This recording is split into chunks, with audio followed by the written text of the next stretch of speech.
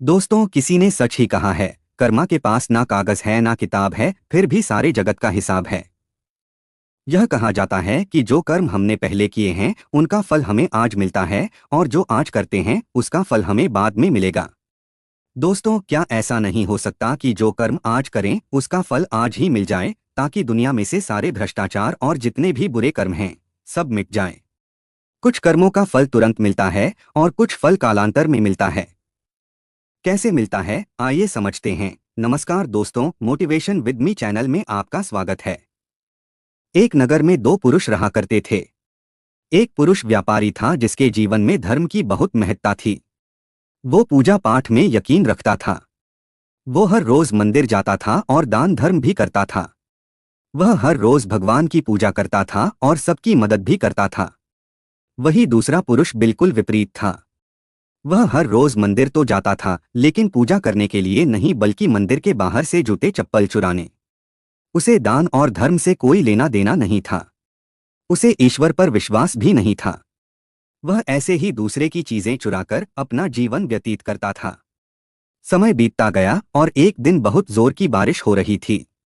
इस वजह से मंदिर में पुजारी के अलावा कोई नहीं था। यह बात जब दूसरे पुरुष को पता चली तो उसने कहा कि यह सही मौका है मंदिर का धन चुराने का। यही विचार करके वह मंदिर के अंदर चला गया। पंडित जी सो रहे थे। पंडित से नजर बचाकर उसने मंदिर का सारा धन चुरा लिया और वहां से भाग गया। उसी समय धर्म कर्म में विश्वास रखने वाला व्यक्ति भी मंदिर पहुंचा। दुर्भाग्य से मंदिर के पुजारी ने उसे ही चोर समझ लिया और चिल्लाने लगे। वहां लोग एकत्र हो गए और उसे बहुत मारा। किसी तरह वह बचते बचाते वहां से निकला तो दुर्भाग्य ने उसका साथ वहां भी नहीं छोड़ा। मंदिर के बाहर वह एक गाड़ी से टकरा गया और वहीं घायल हो गया। कुछ समय बाद उसे होश आया, फिर वह व्यापारी लंगड़ा हुए अपने घर जाने लगा। कुछ दूर चलने के बाद रास्ते में उसकी मुलाकात उस पुरुष से हुई जिसने मंदिर से धन चुराया था। उसने कहा, आज तो मेरी किस्मत चमक गई, एक साथ इतना सारा धन मिल गया। यह सब देखकर उसे बहुत बुरा लगा और अपने घर जाकर उसने अपने घर से भगवान की सारी तस्वीरें निकाल दी। वह जो चोर था उसने अपना पूरा जीवन ऐसे ही चोरी करने में गुजार दिया, और वह जो भला आदमी था उसके जीवन हर दिन कुछ ना कुछ समस्या आती ही रहती थी। कुछ सालों बाद दोनों पुरुषों की मृत्यु हो गई। मरने के बाद जब दोनों यमराज की सभा में पहुंचे और भले पुरुष ने दूसरे व्यक्ति को देखा तो उसे बहुत गुस्सा आया। उसने क्रोधित होकर यमराज से पूछ ही लिया, मैं तो हमेशा अच्छे कर्म करता था, नहीं तो हमेशा दान पर में इसका विश्वास कोई असर रखता नहीं था, होता। एक बार हमेशा फिर अच्छाई के ऐसी रास्ते ही पर एक चला, और कहानी उसके हुई। बदले जीवन भर एक दिन मुझे की बात अपमान है, और दर्द ही रामू मिला। अपने खेत में राम ने इस उसे व्यक्ति बुलाया। को नोटों से भरी पोटली, भोला राम आखिर बहुत ही ऐसा चतुर भेदभाव और क्यों? चालाक आदमी था। इस पर यमराज वह ने रामू कहा, की पुत्र, अच्छाई को तुम गलत देखकर समझ अक्सर रहे हो। जिस दिन तुम्हारी गाड़ी से टक्कर हुई थी वह दिन तुम्हारे जीवन का आखिरी दिन था, परंतु तुम्हारे अच्छे कर्मों की वजह से तुम्हारी मौत सिर्फ एक छोटी सी चोट में बदल गई। तुम इस दुष्ट व्यक्ति के बारे में जानना चाहते हो। दरअसल इसके भाग्य में राजयोग था, मगर इसके कर्मों और अधर्म की वजह से वह सिर्फ एक छोटी सी धन की पोटली में बदल गया। इसके बाद यमराज उस भले व्यक्ति से कहते हैं, पुत्र, क्या अब तुम्हें तुम्हारे सवाल का जवाब मिल गया? ऐसा सोचना गलत कि ईश्वर तुम्हारे कर्मों को नजरअंदाज कर रहे हैं। यह बिल्कुल भी सत्य नहीं है।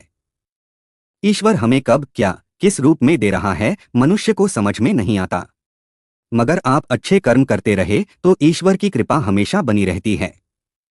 आप उस फल से भाग नहीं सकते। भागने की कितनी भी कोशिश कर लो पर वह फल आपको भुगतना ही पड़ेगा। इसके बिना कर्म शांत ही नहीं होता। हम कितने भी अच्छे बुरे कर्म कर ले, उसका फल हमारे साथ ही रहता है। चाहे वह हमें देर से ही मिले, लेकिन मिलता जरूर है। इस कहानी के माध्यम से आप यह समझ जाओगे कि कर्म क्या है। एक राजा था, वह अपने मंत्री के साथ देश का भ्रमण करने निकला था। भ्रमण करते करते राजा और मंत्री एक बाजार में पहुंच गए। उस बाजार में राजा का ध्यान एक दुकानदार के ऊपर गया। उस दुकानदार को देखते ही राजा के मन में न जाने क्यों यह विचार आया कि मैं इस दुकानदार को कल फांसी की सजा दे दूं। यह बात राजा ने अपनी मंत्री को बताई। मंत्री कुछ बोले उससे पहले राजा उस दुकानदार की दुकान के सामने से आगे निकल चुके थे और दूसरी बातें करने लगे। मंत्री बहुत ही चिंतित हो गया। यह बात समझ नहीं पा रहा था कि दुकानदार की गलती क्या है। दुकानदार से बिना कुछ बात किए, बिना कुछ सोचे समझे महाराज ऐसा फैसला लेने के बारे में क्यों सोच रहे हैं? राजा और मंत्री भ्रमण करने के बाद राज दरबार वापस चले गए। मंत्री को रात भर नींद नहीं आई। सुबह जागने के बाद मंत्री एक साधारण प्रजा का रूप बनाकर उस दुकानदार के पास गया और उस दुकानदार से पूछा, तुम क्या बेचते हो?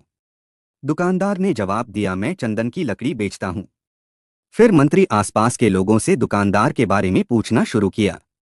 सबने जवाब दिया कि दुकानदार किसी से बोलता नहीं है, हमेशा दुखी रहता है।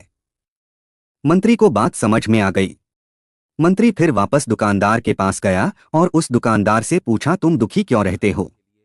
दुकानदार ने बताया, मैं दुखी इसलिए रहता हूं क्योंकि मेरे दुकान पर लोग आते हैं, चंदन की लकड़ियां सूंघते हैं और बोलते हैं बहुत ही सुंदर है, बहुत ही अच्छी महक है, लेकिन कोई खरीदता नहीं है, इसलिए मैं बहुत दुखी रहता हूं। मंत्री दुकानदार की बात सुनकर खुद भी भावुक हो गया। दुकानदार ने मंत्री से कहा, कोई भी दुकानदार दुखी क्यों ना हो अगर उसके दुकान का कोई भी सामान खरीदा ना जाए जबकि सामान में कोई कमी ना हो। मंत्री सोचने लगा कि यह दुकानदार अपने दुखों के वजह से इतना दुखी रहता है, परंतु राजा इस दुकानदार को फांसी पर क्यों लटकाना चाहते हैं, अर्थात राजा के मन में आए हुए विचार का उत्तर अभी तक मंत्री को नहीं मिला था। मंत्री ने फिर दुकानदार से पूछा, भाई तुम क्या करोगे अगर तुम्हारे दुकान की सारी चंदन की लकड़ियां ऐसे ही रखी की रखी रह जाएंगी? तो दुकानदार ने गुस्से भाव में बोला, हाँ मैं जानता हूं मेरी चंदन की लकड़ियां ऐसे ही रखी रह जाएंगी, कोई नहीं खरीदेगा, इसीलिए मैं सोचता हूं कि हमारे नगर का राजा जल्दी से मर जाए। अगर वह जल्दी से मर जाता तो मैं उस राज दरबार में उस राजा के देह संस्कार के लिए अपनी चंदन की लकड़ियां दे देता, जिससे मुझे कुछ पैसे मिल जाते। इस बाजार के अलावा बाकी के लोगों को भी मेरे चंदन की लकड़ी के बारे में पता चलता तो फिर शायद कुछ लोग मेरी दुकान से जरूर खरीदने आते। चंदन की लकड़ी। मंत्री और दुकानदार की बात को सुनकर सब कुछ समझ गया। उसके मन में एक विचार आया। मंत्री ने दुकानदार से चंदन की कुछ लकड़ियां खरीद ली। इस खरीदारी से दुकानदार को कुछ पैसे भी मिल गए और वह थोड़ा खुश भी हो गया। मंत्री चंदन की लकड़ियां को लेकर वापस राज दरबार चला आया। राज दरबार पहुंचकर मंत्री ने उन चंदन की लकड़ियां को राजा के समक्ष रख दिया और बोला कि हे राजन, यह चंदन की लकड़ियां उसी दुकानदार ने आपको भेंट किया है जिस दुकानदार को आप फांसी देने के लिए सोच रहे थे। राजा उन चंदन की लकड़ियों को सूंघने के बाद बड़े ही प्रसन्न हुए। उन्होंने कहा, यह चंदन की लकड़ियां बहुत ही ज्यादा खुशबूदार हैं। दुकानदार के इस भेंट से राजा बहुत खुश हुए और मंत्री को कुछ स्वर्ण मुद्राएं दी और बोले, जाओ उस दुकानदार को यह स्वर्ण मुद्राएं इनाम में देना और बोलना कि आज के बाद में जब कभी भी चंदन की लकड़ी की जरूरत पड़ेगी तब तुम्हारे दुकान से ही चंदन की लकड़ी ली जाएगी। मंत्री जी मुस्कुराने लगे तथा यह सोचने लगे कि अब तो राजा के मन में उस दुकानदार को फांसी देने का विचार आ ही नहीं सकता, क्योंकि अब तो हमेशा राजदरबार के लिए चंदन की लकड़ियों का इंतजाम की जिम्मेदारी उस दुकानदार को जो मिल गई है। मंत्री स्वर्ण मुद्राओं को लेकर वापस उस दुकानदार की तरफ चल दिया। इधर राजा इस विचार में पड़ गए कि वह दुकानदार तो बड़ा ही अच्छा इंसान है। जिस वक्त में उसके बारे में यह सोच रहा था कि मैं इसको कल फांसी दे दूंगा, तब शायद उसके मन में उस समय यह विचार चल रहा था कि राजन पहली बार मेरे दुकान के सामने आए हैं, क्यों ना मैं उनको अपनी सुंदर और खुशबूदार लकड़ियों को भेंट करूं, और आज उसने मुझे भेंट भी किया। बेवजह ही मैं उसको फांसी देने के बारे में सोच रहा था। इधर मंत्री दुकानदार के पास पहुंच गया। मंत्री ने राजा के द्वारा दी गई स्वर्ण मुद्राओं को दुकानदार को देते हुए कहा कि जिन चंदन की लकड़ी को कल मैं खरीद कर लेकर गया था, उन चंदन की लकड़ियों को राजा ने बहुत पसंद किया और इनाम के तौर पर तुमको यह कुछ स्वर्ण मुद्राएं दी हैं। दुकानदार बहुत ही खुश होने लगा। साथ ही साथ मंत्री ने उस दुकानदार को यह भी बताया कि अब आज के बाद राज दरबार में जब कभी भी चंदन की लकड़ियों की जरूरत पड़ेगी तो सारी चंदन की लकड़ियां तुम्हारी दुकान से ली जाएगी। दुकानदार मंत्री की बात सुनकर बहुत ही खुश हो गया। मंत्री ने दुकानदार से पूछा, क्यों भाई, तुम तो राजा के बारे में इतना बुरा भला सोचते थे, लेकिन देखो राजा तुम्हारी कितनी चिंता करते हैं। राजा कितने अच्छे हैं। राजा अपनी प्रजा के बारे में कभी भी गलत नहीं सोचते हैं। दुकानदार मंत्री की बात से सहमत हो गया और बहुत दुखी हुआ। दुकानदार मंत्री से बोला, मैं कितना गलत सोचता था राजा के बारे में। राजा तो बड़े ही अच्छे हैं, बड़े ही भले राजा हैं। भगवान करे कि राजा की बहुत ही लंबी आयु हो। यह बात सुनकर मंत्री भी बहुत खुश हुआ। फिर मंत्री वहां से वापस राज दरबार को चला गया। तो दोस्तों, अब आप समझ गए होंगे कि कर्म क्या है। कर्म बोले हुए शब्द हैं, एक वाणी है, एक सोच है, एक भावना है। हर एक इंसान के खुद के विचार होते हैं। हमारे विचार जैसे रहेंगे हम वैसे ही कर्म करेंगे।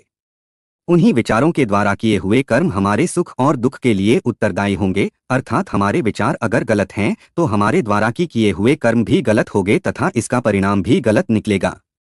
परिणाम स्वरूप हम दुखी रहेंगे। अगर हमारे विचार सही रहेंगे तो हम सही कर्म करेंगे। सही कर्म करेंगे तो फिर सही फल मिलेगा, जिससे हम सुखी रहेंगे। दोस्तों, इस कहानी से आपने क्या सीखा? दोस्तों, कैसी लगी आपको यह कहानी? आप हमें कमेंट सेक्शन में ज़रूर बताना। अच्छी लगी हो तो इस चैनल को सब्सक्राइब ज़रूर कर लेना। मिलते हैं नई कहानी में, तब तक के लिए अपना ख्याल रखें। धन्यवाद।